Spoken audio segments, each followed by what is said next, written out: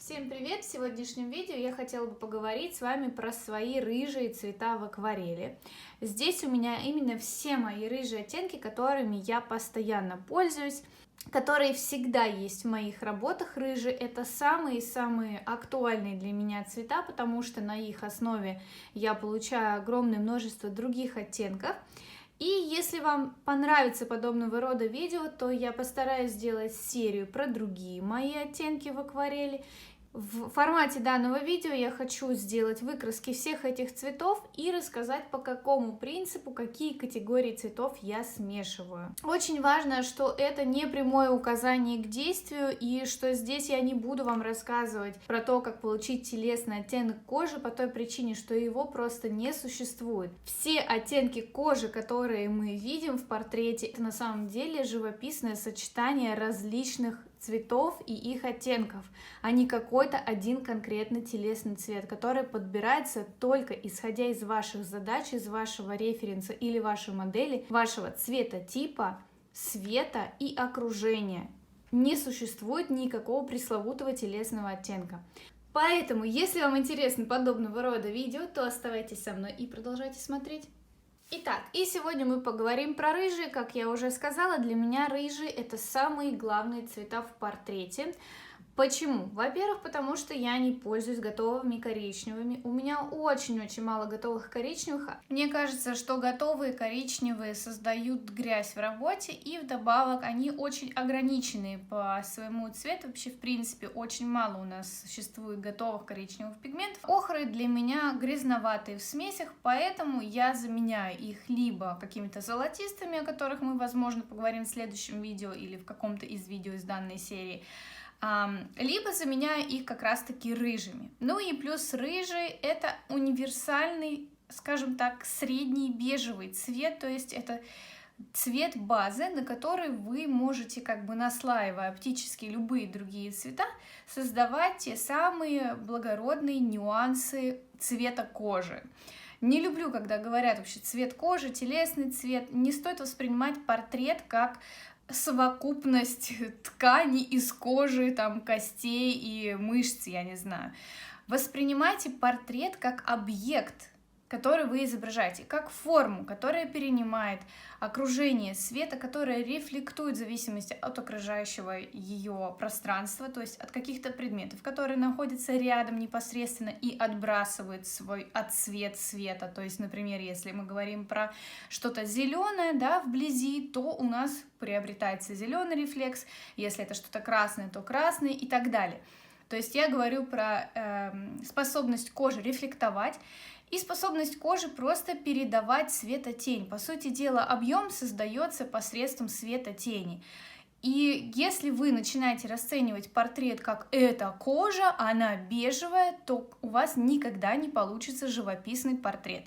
Очень важно абстрагироваться от этого понятия и работать именно цветом и формой. Забыть про то, что вы рисуете кожу, и про то, что вы знаете про эту кожу, а включать ваши глаза. То есть не думать о том, что она бежевая, а включать ваше видение, какие здесь конкретно нюансы. Еще есть такой способ, который помогает новичку немножко раскрепоститься в плане понимания вот этих нюансов цвета. Конечно, я сейчас не буду вдаваться в детальные законы колористики и так далее, потому что это углубленная информация. Если вы хотите подробно ее изучать, я оставлю вам ссылку на свои занятия. Вы можете заниматься со мной именно в формате курсов и мастер-классов, где я именно подробно все это рассказываю. Но я хочу поделиться с вами одним способом, который вам на данном этапе облегчит понимание вообще того, где какие нюансы цвета у нас присутствуют. Вы просто берете такой квадратик бумаги, вырезаете по центру кружочек, то есть это получается такой квадратик с отверстием по центру, по типу как будто бы значок камеры. И прикладываете этот абсолютно белый квадратик к вашей фотографии в нужных участках. Либо прикладывайте ее к вашей натуре. На контрасте с белым очень выигрышно подчеркиваются все нюансы цвета. И вы таким образом видите, ага, здесь более розовый, здесь более синий, здесь более желтый и так далее. Это если взять такую автоповую вводную информацию вообще по тому, для чего все я это делаю и почему я выбираю именно эти цвета для своих портретных работ. Итак, давайте приступать. Для начала я хочу выкрасить все самые светлые цвета из данной моей серии, из рыжих. В дальнейшем я их, естественно, подпишу для вас, чтобы вам было более наглядно. Здесь у меня разные марки. Начнем мы с хинокридона оранжевого от Рембрандт. Это совсем-совсем навехонький цвет, он недавно появился в палитре. 2019 год, еще свежак. Я очень люблю оранжевые хинокридоны. Для меня он на грани от золотого к рыжему, то есть это такой самый светлый в данном семействе. Итак, хинокридон оранжевый от Рембрандта. В самом плотном слое это красивый, яркий кирпичный оттенок. Очень звонкий, очень насыщенный, в растяжке прозрачный, золотистый. В дальнейшем, когда я сделаю выкраски по всем цветам, я покажу вам, с какими категориями цветов я люблю смешивать рыжие. Ну, конечно, не для каждого цвета, а просто в целом, чтобы у вас сложилось понимание.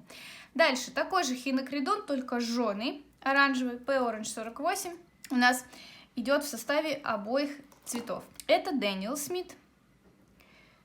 Он у меня несколько дольше, поэтому уже такой наполовину заканчивается. Как вы видите, они очень-очень сильно похожи. На самом деле, может показаться, что это и логично, потому что один пигмент в составе, но нет. В разных марках один и тот же пигмент бывает очень по-разному выглядит.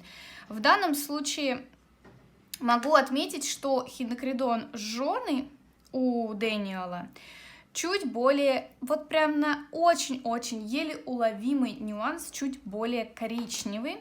И оранжевый хинокридон от Рембрандта чуть более рыжий, соответственно. Но по факту в работе они со своими задачами справляются на ура, поэтому вы можете выбрать любой, какой вам больше нравится. Следующий у нас оксид прозрачный красный от Рембрандта. Обожаю эту рыжую. Одна из первых моих фаворитов рыжих, которая у меня, несмотря на все многообразие оттенков, которыми я работаю, переходит всегда из работы в работу. Безумно его люблю. Как вы видите, они очень сильно похожи, хинокридон и оксид прозрачный, но оксид гораздо спокойней. И если хинокридон в растяжке более оранжево-золотистый, то оксид более коричнево-желтый. То есть у них отличается подтон. Здесь более выраженный желто-оранжевый подтон, здесь более спокойный коричнево-желтый подтон. В плотном слое и та, и другая, и хинокридон, и оксид, яркий, красивый, звонкий, кирпично-рыжий оттенок. Считаю, что незаменимы в палитре, если вы работаете с зеленью, потому что хинокридоны и оксид очень благородно мешаются со всеми зелеными, давая многообразие именно травяной, красивой, звонкой зелени на свету. Поэтому я считаю, это прям must-have в палитре ботаников и, наверное, в принципе, художников любого направления. Свет, солнце, закаты, зелень, телесные оттенки самостоятельно, просто безумно красивый и очень важно прозрачный, то бишь хорошо и чисто мешается со всеми цветами. Хоть 5 цветов намешайте, он все равно не дает грязь. Это очень важное качество данной краски. Дальше мы пройдемся по более коричневым рыжим. Первый цвет это сиена жженая от Рембрандта.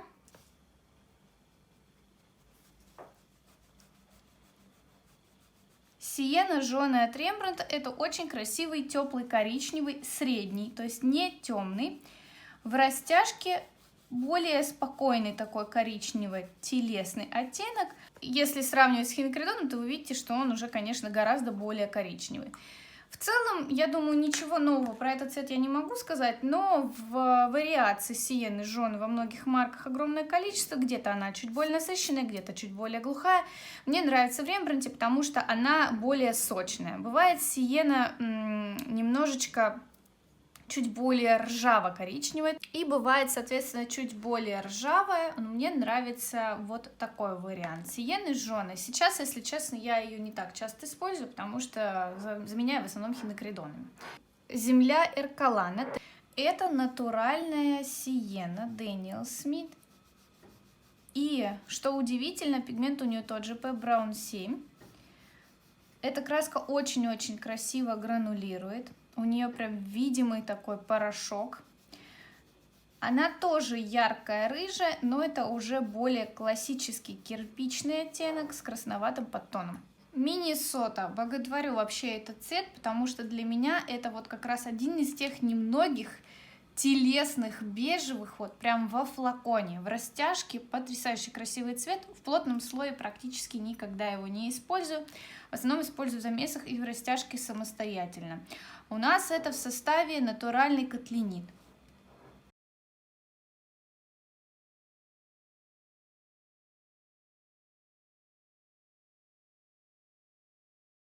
Очень красивый, спокойный, коричневый, глухой, немножко мылкий. В подтоне это розовато-коричневый телесный оттенок. Вот прям цвет румянца, как будто бы он немножко с разбелом, но при этом он, конечно же, безбелильный. И тоже гранулирует. Идем дальше. Сидона. Сидона это натуральная красная охра. Этот пигмент тоже натуральный. Сидона тоже невероятно красиво гранулирует. Это яркая, рыжая, с красноватым подтоном. Для меня это цвет локонов, естественно, рыжей девушки. То есть он такой прям из семейства каштановых. Очень тепленький. Может, на мой взгляд, спокойно заменить жженую сиену, например, в замесах. Еще одна красная охра – это Шинхан. Она уже гораздо более красная в своей растяжке. Цвет красного кирпича. И то, и другое красная охра, но вы видите, насколько они разные. Идем дальше. Теперь мы углубляемся в сторону красноватых. Две венецианских красных. Венецианская красная Рембрандт. Давно я ей не пользовалась, поэтому она мне немножко отлежалась. Кстати, если у вас такое происходит, нужно просто немножечко промять краску в тюбике, и все будет в порядке.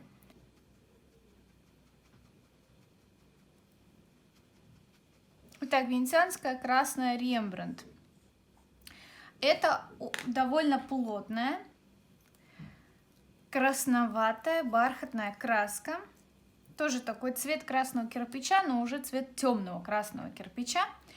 И венецианская в составе, значит, у нас Red 101, естественно, и венецианская красная от Daniel Smith. Тот же самый пигмент в составе.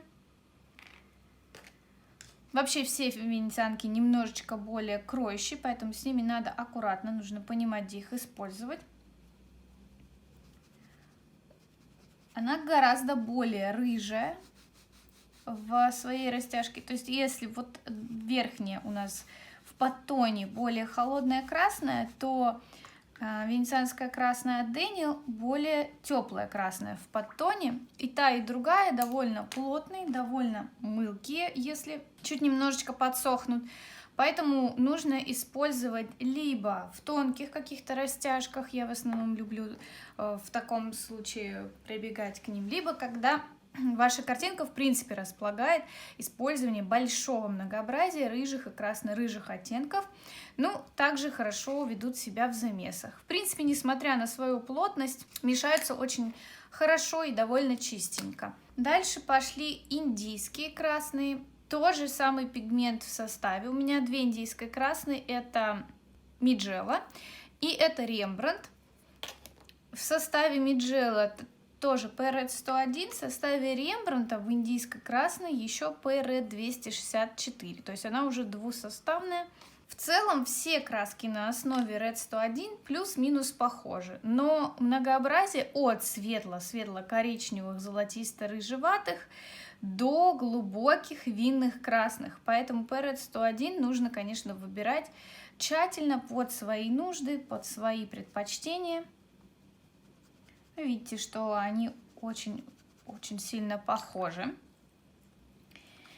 Если брать классификацию венецианской и индийской красной, многие их путают между собой, то венецианская красная более красная в простом понимании слова, индийская красная более коричневая, если мы берем именно оттенок цвета.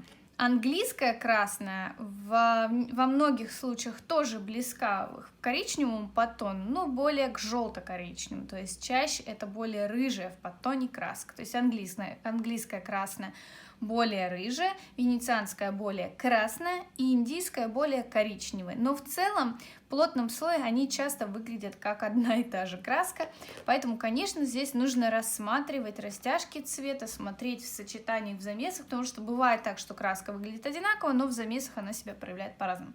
Индийская красная Миджела и индийская красная двусоставная Рембрандт. Еще у меня есть индийская красная Дэниел. Она по цвету близка к рембрандтовской, то есть она более в коричневую сторону, красно-коричневую, да? Но она еще и с грануляцией. Вот как выглядит индийская красная у Рембрандта. Очень-очень красивый, уже близкий к винному, оттенок кирпичного. В растяжке розоватый подтон, я бы даже сказала, уже более холодный. То есть если мы сравниваем с Миджелло, то Миджелло явно теплее. Нашла вам индийскую красную Дэниела, чтобы уж у нас было полное представление. То есть, как я и говорила, она уже более ближе к рембрандтовской по своему подтону, тоже более холодная, и она гранулирует. Из категории красно-коричневых у нас также Red Jasper, новый цвет Daniel Smith, у меня он тоже был в обзоре, тоже уже более холодный в подтоне, и это уже скорее больше коричневый, чем красный, но все еще с красноватым нюансом. Тоже очень красиво гранулирует. И я его включила сюда, потому что мешаю его, как и все рыжие, по тому же принципу, с теми же цветами. Red Jasper — это яшма натуральная. И завершая мою красно-рыжую историю, мы переходим уже в сторону коричневых, но все еще с красным подтоном. Это перманент Браун P Браун 25, у меня здесь Дэниел и Миджелла. Очень люблю эту звонкую красно-коричневую. И тоже включила ее в рыжие, потому что по тому же принципу они у меня мешаются и по тому же принципу используются. Это уже более насыщенный, более звонкий оттенок красно-коричневого. Обожаю эту однопигментную краску. Их не поместился у меня один цвет. Можем сделать вот так с вами. Они очень похожи. Я выкрашу рядом и внизу подпишу.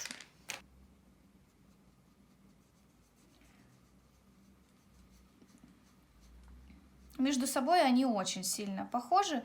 Может быть, Миджелла чуть более желтоватая. То есть, если сравнивать Дэниел, то он более в красную сторону, у Миджелла более в коричневую сторону. Но в целом они в плотном слое выглядят вообще одинаково, на мой взгляд.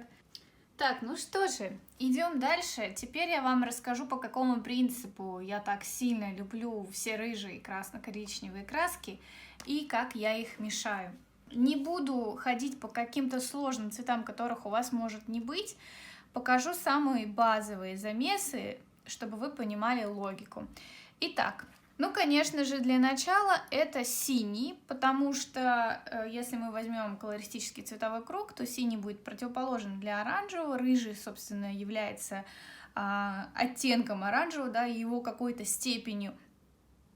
Поэтому синий будет выступать у нас как способ получить многообразие серых оттенков. Я возьму самый обычный синий фтал. Допустим, на примере венецианской красной. Эта логика будет работать с абсолютно любыми цветами, которые я сегодня выкрашивала. Плюс синий фтал. Получаем вот такой красивый, глубокий серый оттенок. В зависимости от того, какого больше, мы можем получить более коричневый оттенок и просто сделать рыжий более прохладным, ну и соответственно больше синего получить холодный серо-синий оттенок. Далее, это, конечно же, зеленые. На примере с хинокридоном. Опять же, это правило будет работать со всеми рыжими, которые я сегодня выкрашивала. Я возьму вот такой зеленый травяной, это фтал с желтым оттенком, для получения всевозможных красивых, очень красивых, я бы сказала, зеленых, и для получения коричневых таким способом. Коричневых в охристую сторону, ореховые я люблю их называть. Ну и соответственно для того, чтобы просто рыжие сделать чуть более спокойными. И самое мое любимое сочетание это с фиолетовыми. Давайте покажу на примере Миннесоты, потому что Миннесота с фиолетовыми это просто какое-то божественное сочетание. Я покажу на примере с ультрамариновым фиолетовым. В принципе, вы можете также его найти во многих марках. С фиолетовым ультрамарином дает потрясающие лиловые оттенки, коричневые в сторону телесных. Ну, в зависимости от того, конечно, какого цвета сколько добавить. Более рыже-коричневые, более холодно-фиолетовые. Ну и самое главное, это растяжка цвета. Сочетание где-то 50 на 50.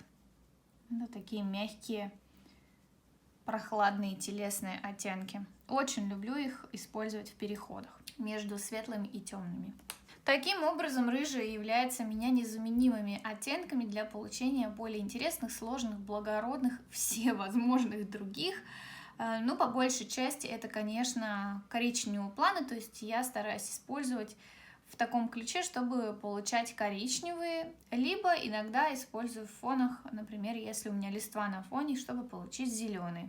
Несмотря на то, что рыжий выглядит как цвет, который, например, нельзя использовать для платиновых блондов, при этом я очень часто мешаю с голубым, чтобы получить красивый оттенок платинового блонда. Например, вот такой можно использовать в корнях волос.